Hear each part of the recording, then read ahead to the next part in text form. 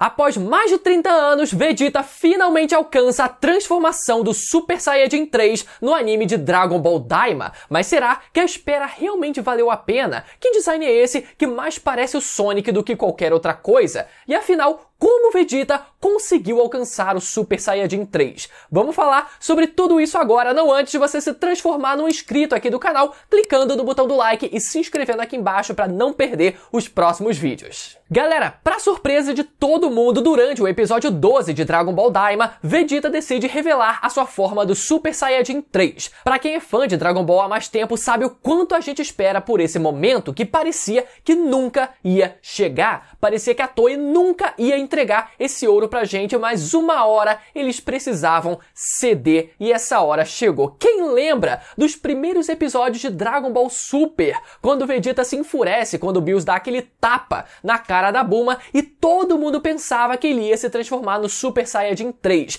E olha que isso já fazem quase 10 anos. Dá pra acreditar num negócio desse? Pra quem não acompanhava Dragon Ball Super semanalmente naquela época, não sabe a sensação de esperança que a Toei deu pra gente. Pode ficar meio confuso em relação a isso, mas só pra explicar pra vocês, todo mundo sabe que o anime de Dragon Ball Super começou adaptando o filme Batalha dos Deuses, onde vemos o Vegeta se enfurecendo, se transformando em Super Saiyajin 2 e partindo com tudo pra cima do Bills. Porém, logo no início da serialização de Dragon Ball Super, a gente pôde ver que a intenção da Toei era estender e mudar alguns detalhes do filme para que fizesse sentido num ritmo de anime semanal. E quando tivemos o final do episódio 6, se eu não tô enganado, lá no anime de Dragon Ball Super, foi quando tivemos o Vegeta se enfurecendo contra o Bills, assim como no filme. Porém, a mudança é que no preview do episódio seguinte, a gente pôde ver o Vegeta no clássico enquadramento de todos aqueles que já viraram Super Saiyajin 3,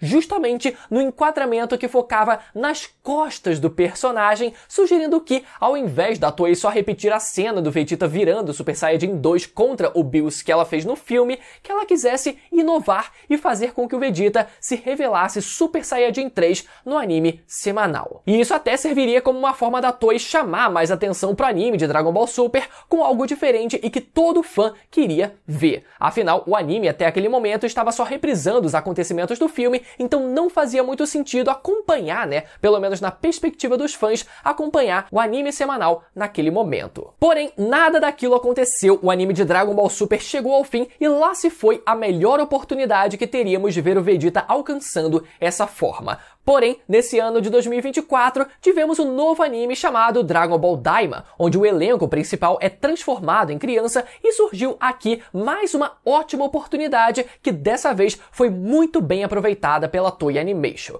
Como sabemos, a história de Dragon Ball Daima se passa pouco tempo antes de Dragon Ball Super e, obviamente, dos arcos seguintes também. Ou seja, nessa altura da história, a forma do Super Saiyajin 3 continua sendo a transformação mais poderosa de todas. Tanto Goku quanto Vegeta, nessa altura da história, não possuem as suas formas de Super Saiyajin Deus, portanto, faz sentido pensar que, ao ser levado ao limite, os personagens usariam essa transformação, ainda mais agora com corpos de criança. Claro que, depois que tanto Goku quanto Vegeta alcançam as formas do Super Saiyajin Deus e várias outras depois disso, o Super Saiyajin 3 acaba se tornando meio irrelevante, o que justifica o Vegeta nunca ter mostrado essa forma durante o anime de Dragon Ball Super. Porém, a gente sabe que a real justificativa para isso é que o Super foi publicado, foi exibido antes do Daima e na época do Super a Toei não tinha a intenção de trazer o Vegeta Super Saiyajin 3. Simples assim. Então aqui já tivemos as respostas para as seguintes perguntas. Se o Vegeta tinha o Super Saiyajin 3, por que ele nunca usou no anime de Dragon Ball Super, sendo que até o Goku usou mais de uma vez?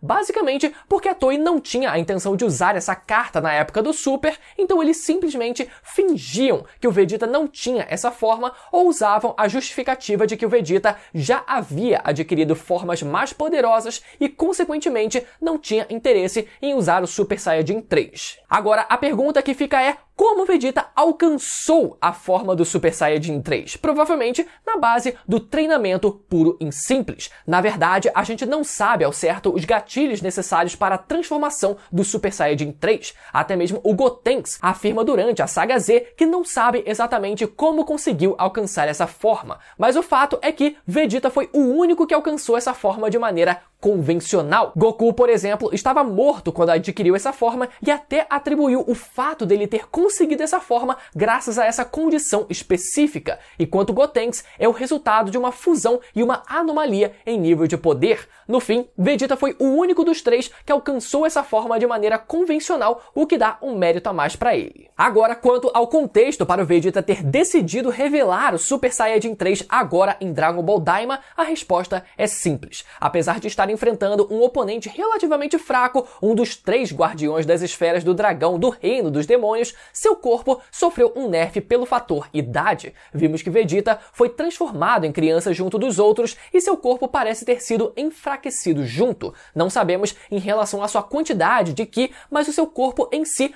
parece ter ficado mais fraco, pelo menos essa foi a impressão que eu tive. Agora, e quanto ao design dessa transformação, que foi o que mais deu pano pra manga essa última semana? Eu já adianto pra vocês que tiveram alguns pontos que eu gostei e outros não. Vamos lá. Nessa forma, Vegeta fica com as clássicas sobrancelhas saltadas e sem pelos, na sobrancelha e com um cabelo comprido. Porém, ao invés do cabelo crescer para baixo, ele cresceu para cima. E isso foi algo meio difícil de tancar pra mim. Primeiro porque esse cabelo espetado ficou parecendo muito o Sonic, ainda mais com o Vegeta usando uma roupa azul e estando com essa aparência de criança e até, considerando o sucesso do filme do Sonic e o fato do terceiro filme da franquia estar sendo lançado agora, eu não duvido que isso possa ter tido alguma influência. Segundo, que esse cabelo espetado mais me parece a forma mais recente do Gohan, com aquele cabelo espetado comprido pra cima, muito mais do que o Super Saiyajin 3 que a gente estava acostumado a ver.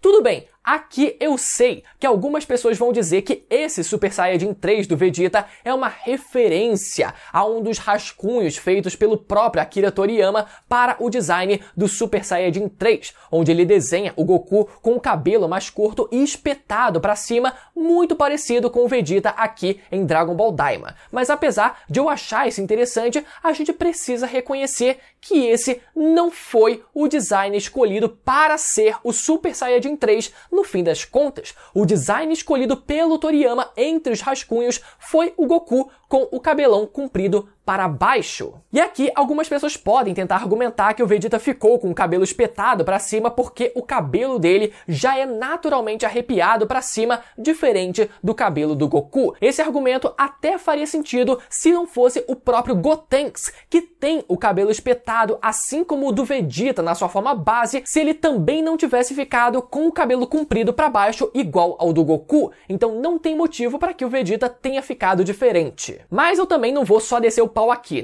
Ao mesmo tempo, eu também reconheço o esforço da Toei em tentar fugir um pouco do óbvio. Eu digo isso porque o Vegeta já foi ilustrado e desenhado e animado mais de uma vez em outras mídias oficiais usando a forma do Super Saiyajin 3 justamente com o design que a gente esperava. Então eu reconheço o esforço da Toei em tentar fugir do óbvio e fazer algo diferente. Mas eu acho que só o fato do Vegeta se transformar em Super Saiyajin 3 com aparência, com o corpo de uma criança, isso já seria um diferencial. Até porque o design dos personagens crianças em Dragon Ball Daima já tem um estilo muito único e até bem diferente do Dragon Ball GT, por exemplo. Eu só acho que eles podiam ter mantido o cabelo do Vegeta para baixo ao invés de deixar ele tão espetado para cima. Ou até uma outra opção, eles até poderiam ter deixado o cabelo do Vegeta todo para cima se não tivessem feito ele tão espetado. Se tivessem passado um creme no cabelo do coitado e deixado ele menos duro, como nessa imagem que eu tô mostrando pra vocês, eu já acho que ficaria excelente e manteria a originalidade que a Toei quis passar. Mas enfim, minha conclusão é que apesar desse detalhe, a animação dessa transformação foi muito boa. Todo o anime de Dragon Ball Daima tá sendo maravilhoso de assistir, então a transformação do Vegeta não pareceu que veio como um mero fanservice barato numa medida de desespero da Toei. E isso eu acho que já conta muito, pra que o saldo desse momento tão icônico tenha sido sim